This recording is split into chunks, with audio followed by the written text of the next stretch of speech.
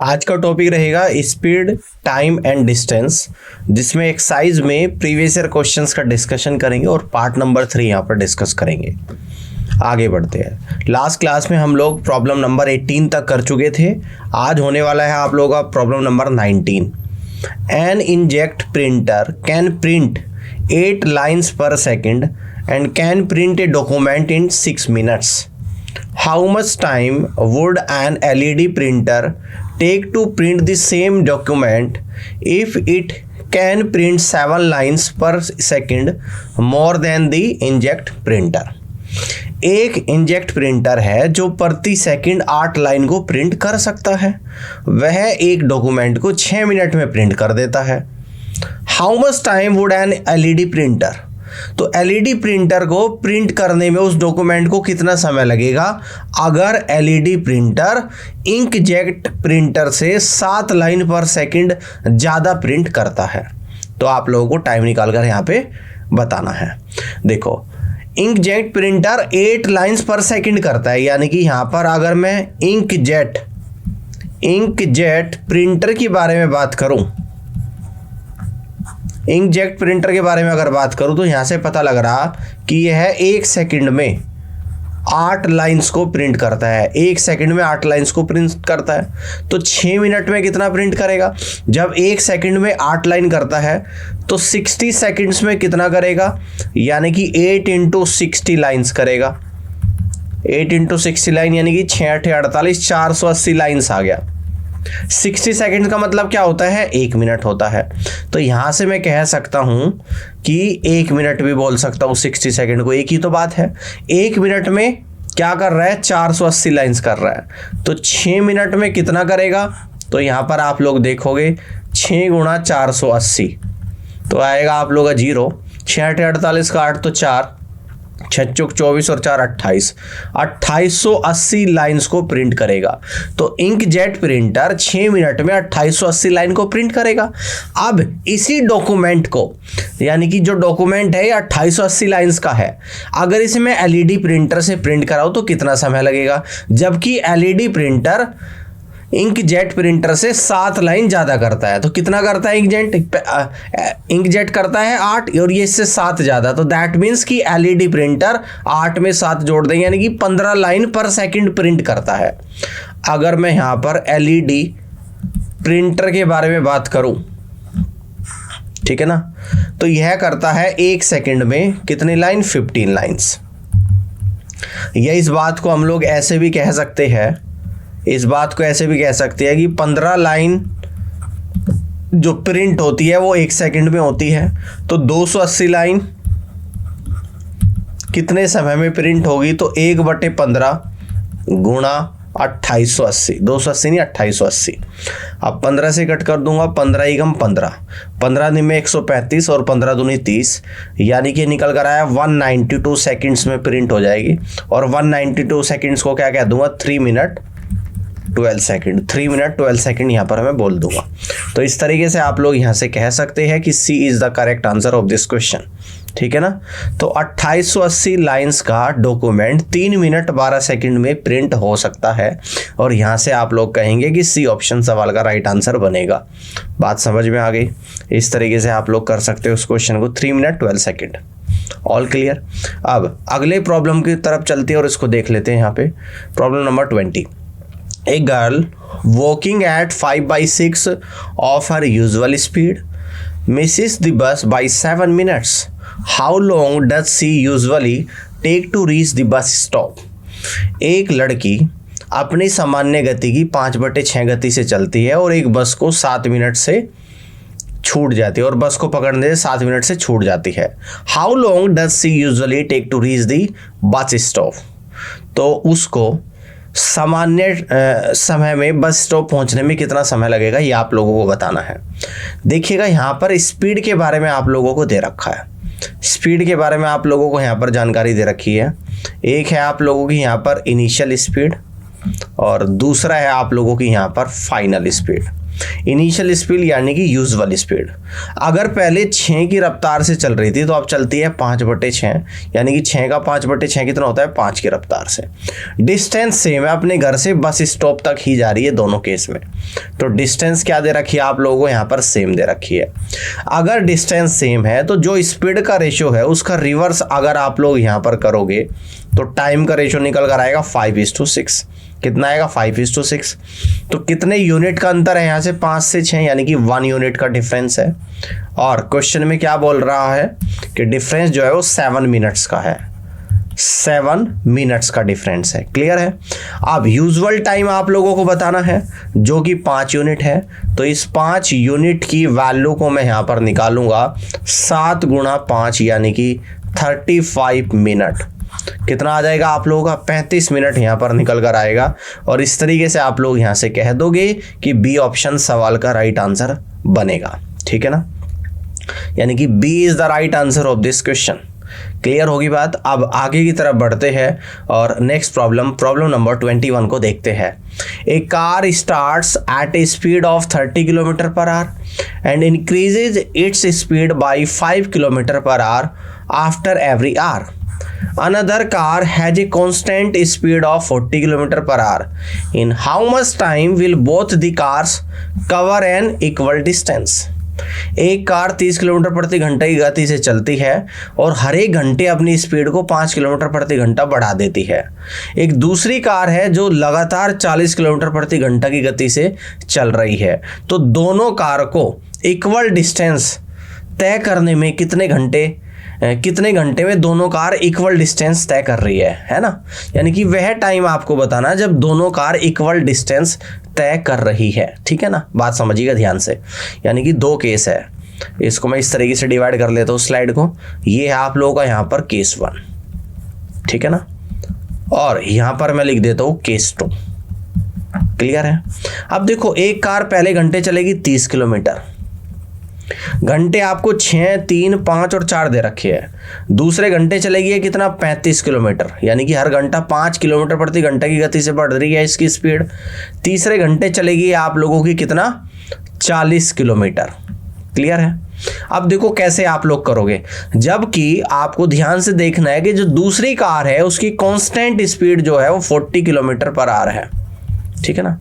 अब देखो 40 यहां पर आ चुका है बीच में, 40 के लेफ्ट में कितनी स्पीड है, 2 है, तो 40 के बाद भी 2 आएगा, यानी कि अगले घंटे चलेगी 45 किलोमीटर और उससे अगले घंटे चलेगी आप लोगों की 50 किलोमीटर। तो टोटल कितने घंटे चली, 5 घंटे चली कि नहीं चली। यानी कि टोटल टाइम जो ले रही है वो कितना ले रही है, यानी कि 5 घंटे ले रही है। डिस्टेंस भी देख सकते हो आप लोग, टोटल डिस्टेंस कितनी कवर करी है, ये भी आप लोग चाहे तो ऐड कर लो। 30 और 35 65, 65 और 40 कितना होता है, 105, 105 और 45 150, 50 200, 200 किलोमीटर।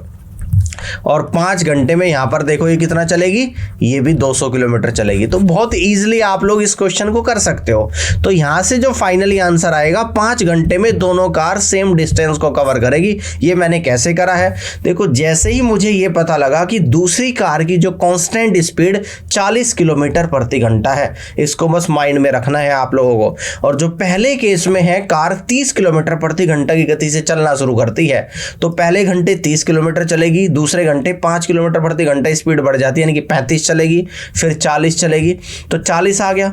आपको पता है कि दूसरी कार की स्पीड ही 40 है, तो 40 के पहले यहां कितना घंटे चली, 2 घंटे 30 और 35 की रफ्तार से, तो 40 बीच में आना चाहिए। तो 40 के बाद कितना चलेगी, 45 और 50 की रफ्तार से। तो यानी कि 2 पहले तो 2 बाद में, है ना। यानी कि 40 किलोमीटर जब चल रही है उसके पहले 2 घंटे चल चुके, तो 40 के बाद भी 2 घंटे चलेगी। यहां से इजिली आप लोग इस क्वेश्चन को कर लोगे और सी ऑप्शन सवाल का बिल्कुल और सही आंसर आप लोगों का यहां पर जाएगा। ठीक है, समझ में आ रही है बात, सभी को क्लियरिटी यहां पर हो रही है।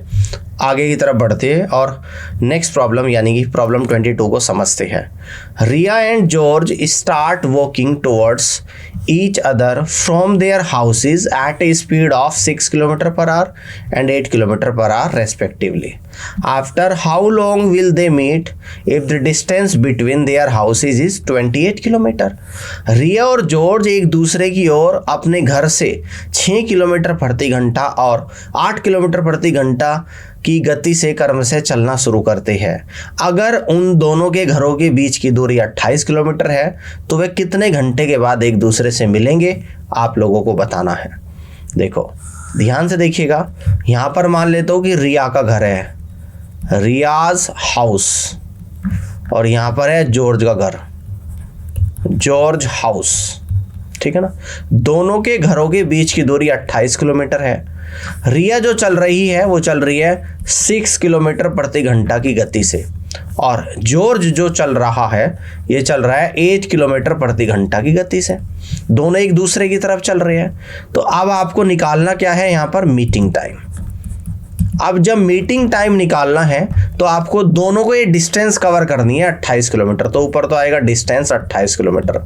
दोनों एक दूसरे के अपोजिट डायरेक्शन में चल रही है, यानी कि दोनों की स्पीड जुड़ जाएगी। 6 और 8 कितना होता है, 14 किलोमीटर प्रति घंटा। तो 14 किलोमीटर से 28 किलोमीटर 2 बार गया और घंटा ऊपर आ जाएगा, यानी कि 2 आवर्स। तो इसका मतलब ये दोनों एक दूसरे से 2 घंटे के बाद क्या हो जाएंगे, मिलेंगे। यानी आप लोग यहाँ से कह दोगे कि डी ऑप्शन सवाल का बिल्कुल और सही आंसर यहाँ पर बनता है। बात समझ में आ गई। इस तरीके से आप लोग क्वेश्चन को कर सकते हो। All clear. चलिए आगे की तरफ बढ़ते हैं और नेक्स्ट प्रॉब्लम यानी प्रॉब्लम नंबर 23 को यहाँ पे समझते हैं। Points P and Q are 400 kilometre apart. 2 point P और Q एक दूसरे से 400 किलोमीटर की दूरी पर है। A person starts from P towards Q at 6 AM at a speed of 20 kilometre per hour. एक आदमी पॉइंट P से Q की तरफ सुबह के 6 बजे 20 किलोमीटर प्रति घंटा की गति से चलना शुरू करता है। Another person starts from Q towards P at 6:30 AM at a speed of 30 kilometre. दूसरा व्यक्ति बिंदु Q से P की तरफ सुबह के 6:30 बजे 30 किलोमीटर प्रति घंटा की गति से चलना शुरू करता है। At what time will they meet. तो दोनों एक कितने बजे एक दूसरे से मिलेंगे, आपको बताना है। ध्यान से देखिएगा, इस क्वेश्चन को बड़े ही ध्यान से आप लोगों को समझना है। यानी कि ये 2 पॉइंट है आप लोगों के, एक P पॉइंट है, एक Q पॉइंट है, ठीक है ना। एक व्यक्ति और दूसरा, इन दोनों पॉइंट्स के बीच के डिस्टेंस दे रखी है, यानी कि 400 किलोमीटर। एक व्यक्ति P पॉइंट से चलता है सुबह के 6 बजे, किस तरफ चल रहा है, Q की तरफ, और किस स्पीड से चलता है, 20 किलोमीटर प्रति घंटा की गति से। एक दूसरा व्यक्ति Q पॉइंट से P की तरफ चलता है सुबह के 6:30 बजे, और किस रफ्तार से चल रहा है, यानी कि 30 किलोमीटर प्रति घंटा की रफ्तार से चल रहा है। तो दोनों एक दूसरे को कितने बजे मिलेंगे, आप लोगों को बताना। देखो ध्यान से समझिएगा इस क्वेश्चन को। अगर मैं ये कह दूं रफली कि दोनों 5 घंटे के बाद मिलेंगे, एक चलता है सुबह के 6 बजे और दूसरा चल रहा है सुबह के 6:30 बजे। अगर 5 घंटे जोड़ूंगा, 5 घंटे 6 बजे के 5 घंटे बाद या 6:30 बजे के 5 घंटे बाद, तो कोई कंक्लूजन नहीं निकल पाएगा। तो यानी कि ऐसे क्वेश्चंस में आपको सबसे पहले क्या करना है, इनका स्टार्टिंग टाइम को सेम करना है। यानी कि जो एक 6 बजे चल रहा है और एक 6:30 बजे, तो दोनों का स्टार्टिंग टाइम सेम करना है। तो अगर मैं कहूं कि जो P पॉइंट से Q की तरफ चल रहा है, मैं देखूंगा ये 6:30 बजे तक कितना चल चुका है, मैं देखूंगा 6:30 बजे कहां पर है। अगर ये 20 किलोमीटर प्रति घंटा की रफ्तार से चल रहा है, 6 बजे चलता है, तो 6:30 बजे कहां पहुंचेगा ये, 1 घंटे में 20 किलोमीटर चल रहा है, तो आधे घंटे में 10 किलोमीटर चलेगा। तो इसका मतलब ये 10 किलोमीटर चल चुका है और यहां पर पहुंच चुका इस पॉइंट पर, ठीक है ना, इस पॉइंट पर पहुंच चुका है। यानी कि यहां पे कह दूंगा, मान लो कोई M पॉइंट है। अब देखो 6:30 बजे ये व्यक्ति M पॉइंट से Q की तरफ चल रहा है और Q पॉइंट से M की तरफ चल रहा है, समझ रहे हैं। नया पॉइंट मैंने जनरेट कर लिया 6:30 बजे, स्पीड दोनों की पता है। अब इन दोनों पॉइंट्स के बीच की डिस्टेंस कितनी, 400 में से 10 माइनस कर दूंगा, यानी कि अब डिस्टेंस बची है 390 किलोमीटर। अब मैं यहाँ पे क्या करूंगा, मीटिंग टाइम निकाल दूंगा इजीली। अब सवाल आसान हो जाएगा। मीटिंग टाइम यानी कि बीच की डिस्टेंस 390 किलोमीटर और दोनों की स्पीड अपोजिट डायरेक्शन में चल रही है, तो रिलेटिव स्पीड क्या हो जाएगी, दोनों जुड़ जाएगी। 30 और 20 कितना होता है, 50। 30 + 20 किलोमीटर प्रति घंटा, ठीक है ना।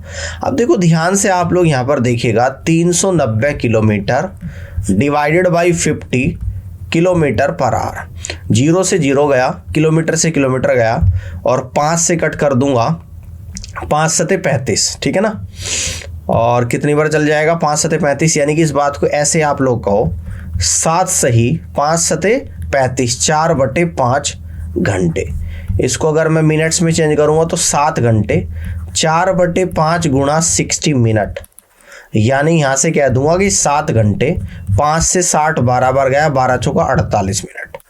तो कब मिलेंगे? 7 घंटे 48 मिनट के बाद मिल जाएंगे। कब से? 6:30 बजे से। यानी कि फाइनली जो टाइम आएगा सुबह के 6:30 में, आप 7 घंटे 48 मिनट अगर यहाँ पर ऐड करोगे तो 6 में अगर 7 जोड़ दोगे तो 1:30 आएगा, 1:30 में 48 जोड़ दोगे तो यानी कि 2:18 दोपहर को 2:18 PM पर ये मिलेंगे। ठीक है ना, 2:18 दोपहर को ये एक दूसरे से मिलेंगे, यानी कि जो ऑप्शन बी में दे रखा वो बिल्कुल सही आंसर यहाँ पर है। तो ऐसे क्वेश्चंस को ध्यान रखना है, स्टार्टिंग टाइम आपको सेम करना पड़ेगा। यहाँ तक की बात समझ में आ गई? 2:18 पर दोनों एक दूसरे से मिलेंगे। अब हम लोग आगे बढ़ते हैं और नेक्स्ट प्रॉब्लम यानी प्रॉब्लम नंबर 24 को समझते हैं। A train can cover a certain distance in 3 hours if the track management is improved, an increase in the speed of the train by 10 km/h is possible, which can reduce the above journey time by 30 minutes. Find the initial speed of the train. एक रेलगाड़ी एक निश्चित दूरी को 3 घंटे में तय कर सकती है।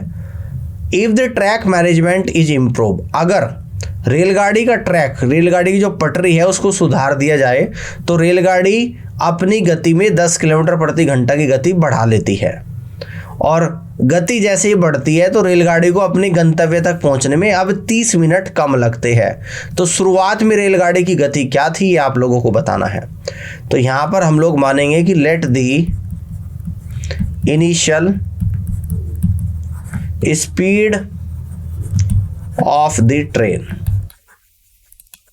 इसको हमने माना कि x km/h है। ठीक है ना, और जब 10 किलोमीटर प्रति घंटा गति बढ़ जाती है तो तब गति कितनी हो जाती है, यानी कि फाइनल स्पीड। तो फाइनल स्पीड जो ट्रेन की हो जाएगी वो कितनी हो जाएगी, यानी x + 10 km/h हो जाएगी। ठीक है ना, अब देखो ध्यान से समझिएगा, जब गति बढ़ जाएगी तो समय कम लेगी, तो समय ज़्यादा कब लेगी, जब गति कम होगी। ठीक है ना, तो यानी कि अगर मैं डिस्टेंस, सर्टेन डिस्टेंस की बात कर रहा हूं तो यहाँ पे डिस्टेंस भी मान लेता हूँ, लेट दी डिस्टेंस जो कवर की जा रही है उसको मैं d मान लेता हूं। तो अकॉर्डिंग टू क्वेश्चन जो इक्वेशन बनेगी d अपॉन कम स्पीड यानी कि x minus d upon final speed x + 10 है, और टाइम में अंतर कितना आ रहा है इस तरीके से 3 घंटे का, यानी कि = 3।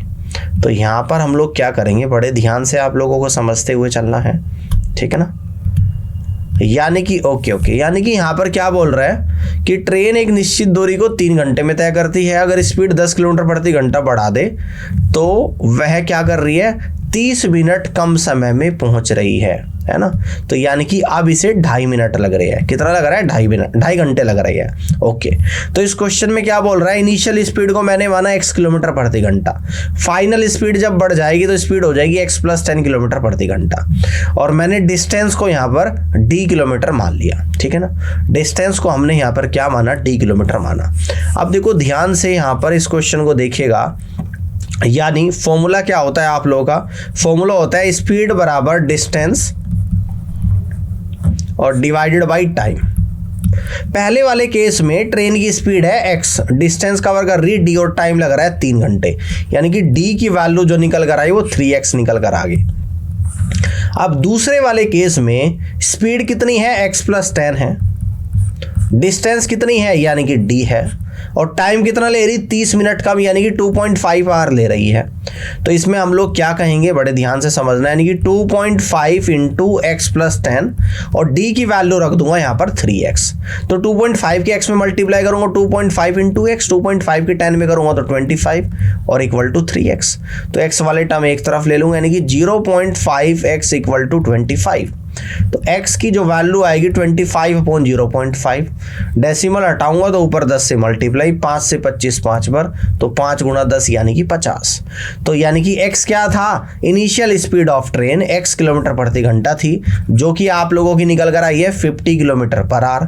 तो इस तरीके से आप लोग यहाँ से क्या कह सकते हो कि इस क्वेश्चन का जो राइट और सही आंसर यहाँ पर बनेगा वो 50 km/h बनेगा। ठीक है ना, बात समझ में आ गई, इस तरीके से क्वेश्चन को कर सकते हैं। ऑल क्लियर, आगे की तरफ बढ़ते हैं।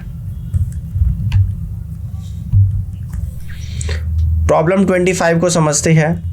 ए बस starts from a bus station after every 30 minutes in the same direction. The speed of each bus is the same. Z is riding a bike in the opposite direction at the speed of 25 km per hour. Z meets each bus in 20 minutes. What is the speed of each bus? एक bus station से प्रत्येक 30 minute के बाद समान दिशा में निकलती है और प्रत्येक बस की स्पीड समान है। जेड जो है उसके विपरीत दिशा में बाइक पर जा रहा है 25 किलोमीटर प्रति घंटा की गति से और जेड प्रत्येक बस से 20 मिनट में मिलता है। तो अब आप लोगों को बताना है कि प्रत्येक बस की स्पीड क्या है। प्रत्येक बस की स्पीड आप लोगों को यहाँ पर बतानी है, ठीक है ना। तो यहाँ तक की बात समझ में आ रही है। हर 30 मिनट के बाद बस निकल रही है और जेड को हर 20 मिनट के बाद बस मिल रही है। जेड को क्या हो रहा है कि हर एक 20 मिनट में बस यहाँ पर मिल रही है। बात क्लियर हो रही है। तो अब आपको बस की स्पीड यहाँ पर बतानी है कि क्या होगी। देखिएगा, ध्यान से देखिएगा। यानी अगर हम लोग बात करें टाइम की, तो टाइम के बारे में क्या जानकारी है कि हर 30 मिनट के बाद बस निकल जाती है ना। ये तो बस की बात हो रही है। और जो जेड है जो बाइक पर है, यहाँ पे बाइक लिख देता हूँ, उसे हर एक 20 मिनट पे बस मिल रही है।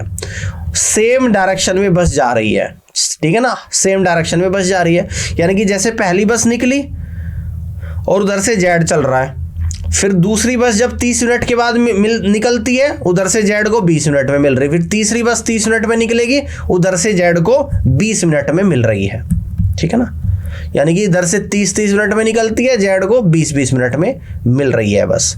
तो देखो जो टाइम का रेशो है वो कितना है आप लोगों का 3:2। तो अगर इसका रिवर्स कर दूंगा तो स्पीड का रेशो निकल कर आएगा आप लोगों का 2:3। जबकि आपको जेड की स्पीड भी दे रखी 25 किलोमीटर पर आवर, यानी कि 3 यूनिट की जो वैल्यू है वो आप लोगों को यहाँ पर दे रखी 25 किलोमीटर प्रति घंटा, ठीक है ना। यहाँ तक की बात समझ में आ गया।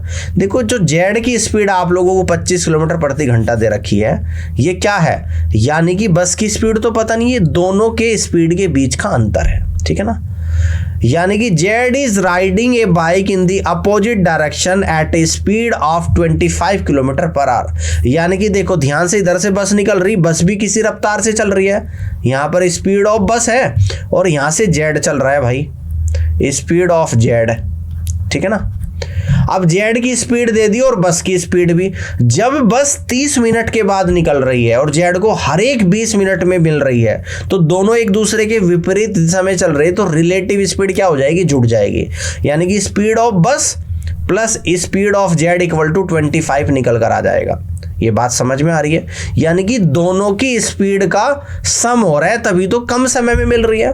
तो यानी कि जो जेड की स्पीड है 25 किलोमीटर प्रति घंटा, इसी की वजह से जेड को बस हर 10 मिनट जल्दी दिखाई दे रही है। तो यहाँ पर क्या है, 1 यूनिट। इस 1 यूनिट की जो वैल्यू है वो आप लोगों की 25 किलोमीटर प्रति घंटा है।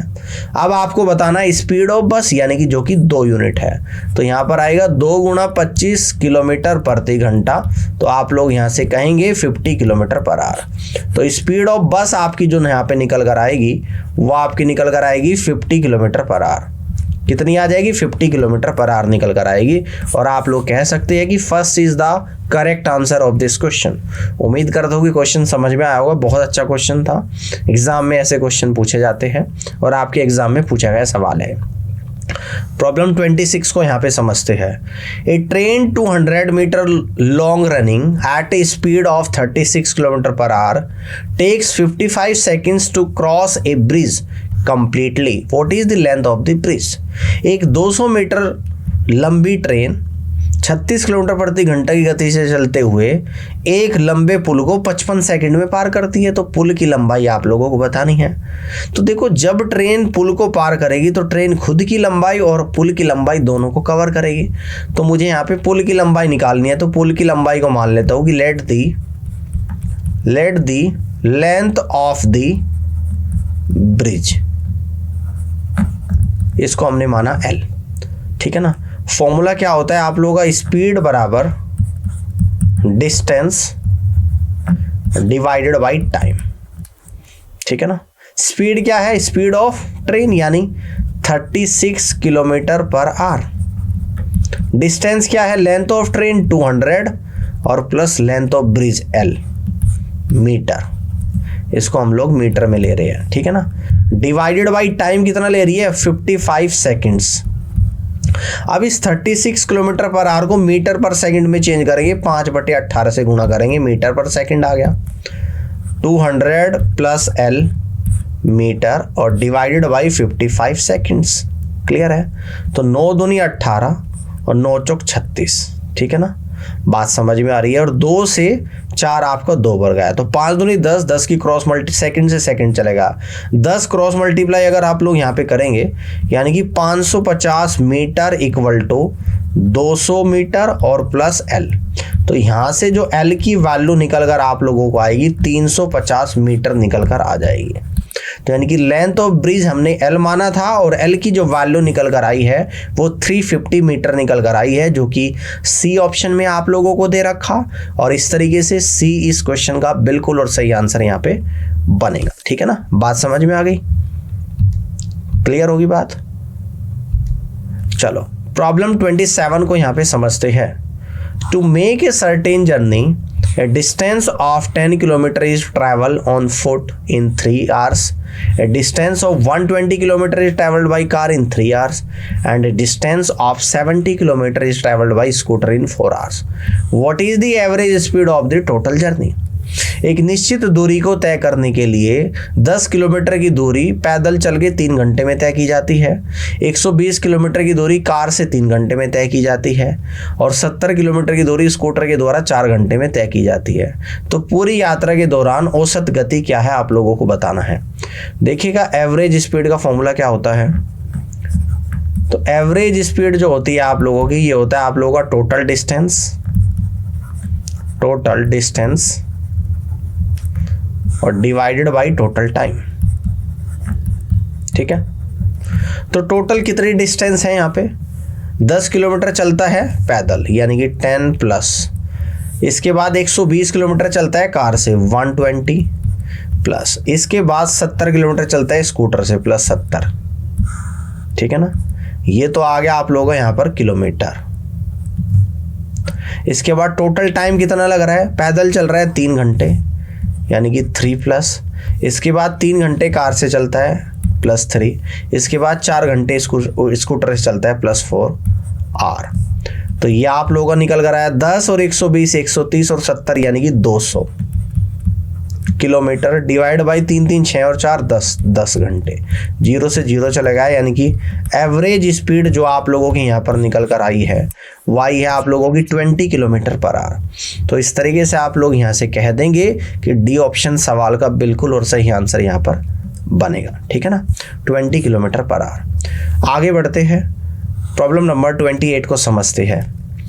If a person goes from home to his college at a speed of 12 km per hour, he reaches 7 minutes early. If he goes at a speed of 8 km per hour, he reaches 14 minutes late. What is the distance between his home and his college? एक व्यक्ति अपने घर से college तक 12 kilometre प्रति घंटे की गति से जाता है तो 7 मिनट जल्दी पहुंच जाता है। अगर वह 8 किलोमीटर प्रति घंटे की गति से जाता तो 14 मिनट लेट पहुंचता। तो उसके घर से कॉलेज के बीच की दूरी क्या है। अब देखिएगा डिस्टेंस का फॉर्मूला क्या होता है। तो आप कहोगे सर डिस्टेंस बराबर होता है आपका स्पीड इनटू टाइम, ठीक है ना। उसके घर से कॉलेज पहुंचने का राइट टाइम क्या है, तो मैं मान लेता हूँ let the right time to reach, यानी कि पहुंचने का राइट टाइम को मैं टी मान लेता हूं। अब देखो डिस्टेंस बराबर क्या होता है स्पीड इनटू टाइम। अगर वह 12 किलोमीटर प्रति घंटा की गति से चल रहा है तो 7 मिनट देरी से पहुंचता है। तो किस में 7 मिनट यानी कि टी टाइम लगता है पहुंचने में, लेकिन 7 मिनट देरी से पहुंच रहा है तो समय लगेगा टी प्लस 7। और अगर वह 8 किलोमीटर प्रति घंटा की गति से चल रहा है तो 14 मिनट क्या करता है, देरी से पहुंचता है, यानी कि t+14 आ जाएगा। 7 मिनट जल्दी पहुंचने का मतलब है t में से 7 माइनस हो जाएगा। यहाँ पे इस बात को समझना, जल्दी पहुंच रहा, मान लो कि t टाइम लग रहा तो 7 मिनट जल्दी पहुंच रहा, तो कितने समय में पहुंच रहा है, t-7। बात क्लियर हो रही है। अब देखो t मान लो है 20 मिनट लगते हैं पहुंचने में, तो 7 मिनट जल्दी पहुंच रहा है तो 13 मिनट में पहुंच रहा है। तो 13 कब आएगा, जब t में से 7 को माइनस करूंगा, ठीक है ना। जैसे 20 में से 7 माइनस करा 13 भी आया। अब जब देर से पहुंच रहा है तो t टाइम अगर लग रहा है तो देर से पहुंचेगा, t+14 आएगा। ये भी स्पीड इनटू टाइम, ये भी स्पीड इनटू टाइम।